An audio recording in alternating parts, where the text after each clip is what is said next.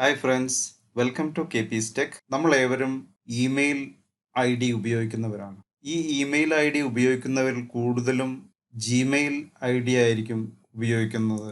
ഈ ജിമെയിലിൽ തന്നെ നമുക്ക് ഇമെയിൽ എല്ലാം വരുന്നത് ഫിൽറ്റർ ചെയ്യുക, അത് ലേബൽ ചെയ്യുക, ഇങ്ങനെ ചെയ്യുന്ന എത്ര ആളുകളുണ്ടാവും? നമ്മൾ മെജോറിറ്റി ആളുകൾ ഈ ജിമെയിൽ ഐ ഡി ഉപയോഗിക്കുന്നുണ്ടെങ്കിലും ഇതിൽ ഫിൽറ്റർ ചെയ്യുന്ന ഓപ്ഷൻ ഉപയോഗിക്കുന്ന ആളുകൾ വളരെ കുറവായിരിക്കും. അപ്പോൾ നമുക്കിന്ന് എന്താണ് ഈ ഫിൽറ്ററിങ്, ലേബലിംഗ്, ഇമെയിൽ ഫോർവേഡിങ്, ഈ മൂന്ന് കാര്യങ്ങളും എന്താണ് എന്ന് നമുക്കിന്നൊന്ന് ടെസ്റ്റ് ചെയ്യാം. അതിനായിട്ട് ഞാൻ എൻ്റെ ജിമെയിൽ ഐ ഡി എടുക്കുന്നു.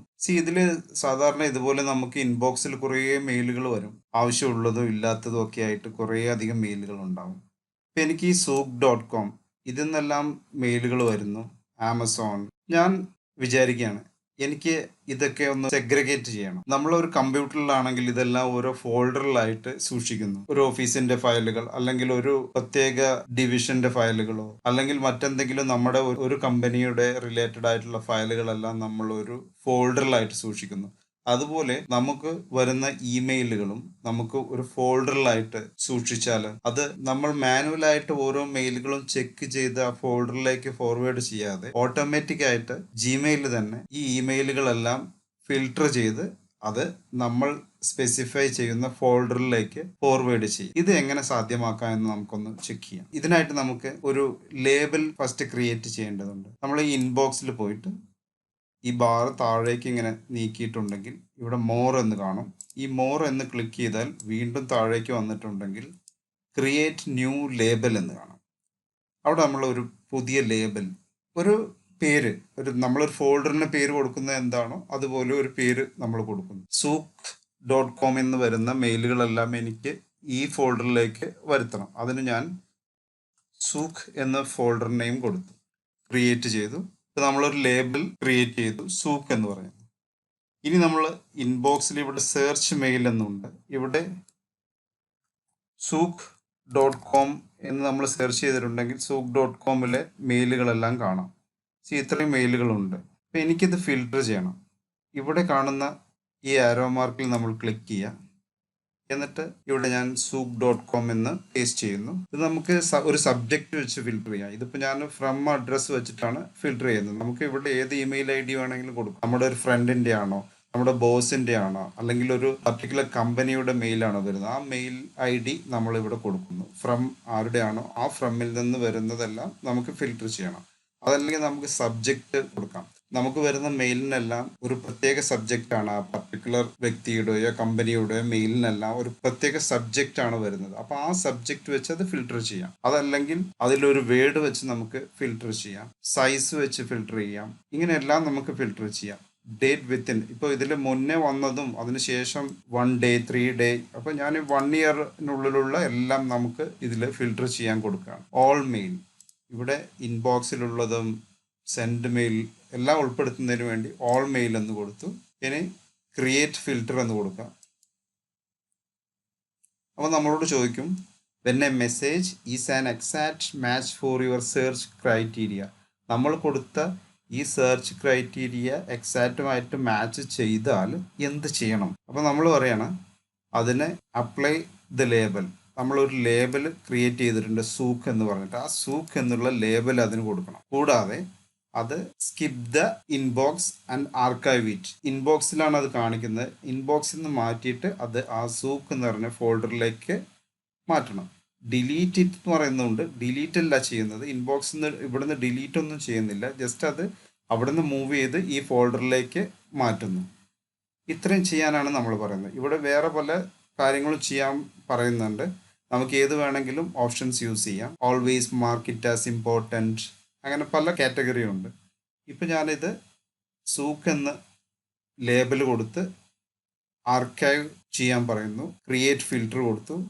എന്താണ് സംഭവിച്ചതെന്ന് നോക്കാം. ഇവിടെ സൂക്ക് എന്ന് പറഞ്ഞ ഒരു ഫോൾഡർ വന്നിരിക്കുന്നു, പക്ഷേ അതിലേക്ക് ഒന്നും വന്നിട്ടില്ല. കാരണം നമ്മളവിടെ sook.com also apply filter to 46 matching കൺവേഴ്സേഷൻസ്.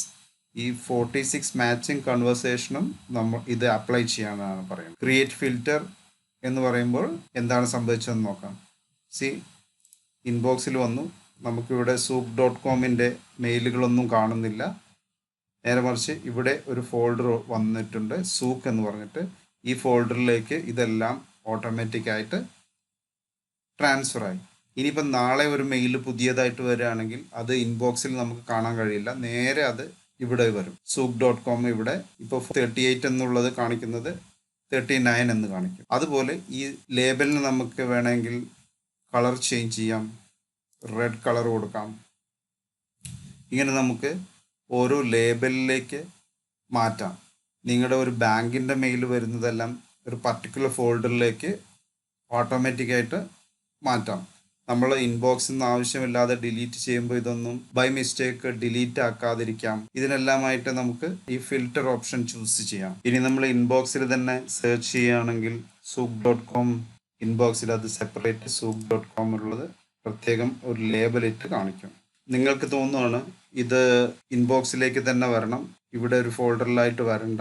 സൂക്കിൽ select ചെയ്തു ഇവിടെ 3 ഡോട്ട് കാണും. ഈ 3 ഡോട്ടിൽ ക്ലിക്ക് ചെയ്തിട്ടുണ്ടെങ്കിൽ നമുക്ക് റിമൂവ് ലേബൽ എന്ന് കാണും.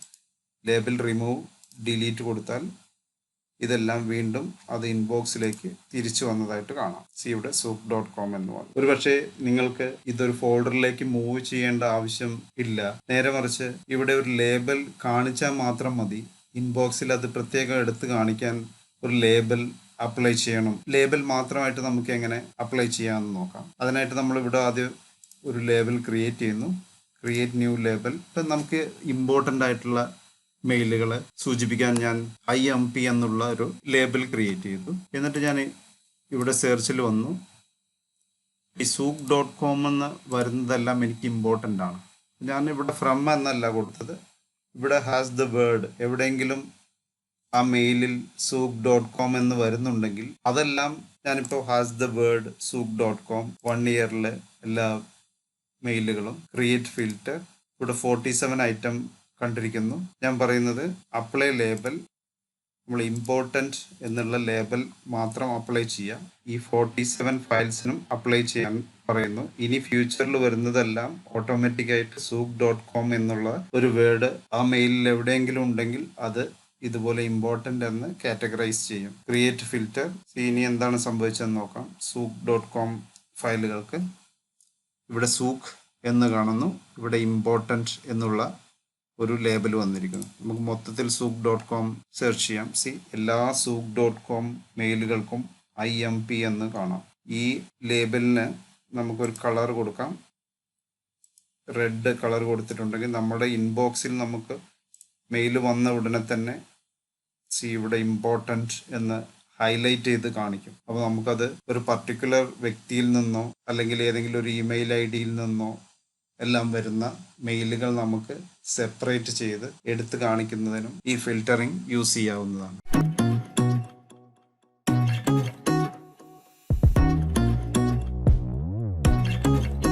ഇനി നമ്മൾ ഇമെയിൽ ഫോർവേഡിംഗ് ഫംഗ്ഷൻ എങ്ങനെയാണ് വർക്ക് ചെയ്യുന്നത് നോക്കാം. സപ്പോസ് നിങ്ങൾക്ക് ഒരു 2 or 3 Gmail ID ഉണ്ട്. ഒരു മെയിൻ IDയും മറ്റത് 2 സബായിട്ടുള്ള IDയും.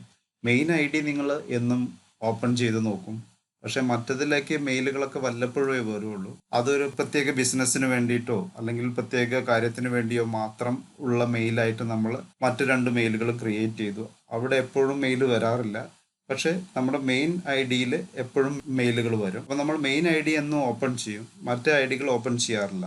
അപ്പോൾ ഈ സബായിട്ട് നമ്മൾ ഓപ്പൺ ചെയ്ത മറ്റ് IDകളിൽ ഏത് മെയിൽ വന്നാലും അതല്ലെങ്കിൽ ഒരു പ്രത്യേക മെയിലുകൾ വന്നാൽ നമ്മളുടെ മെയിൻ IDയിലേക്ക് അത് ട്രാൻസ്ഫർ ചെയ്യണം.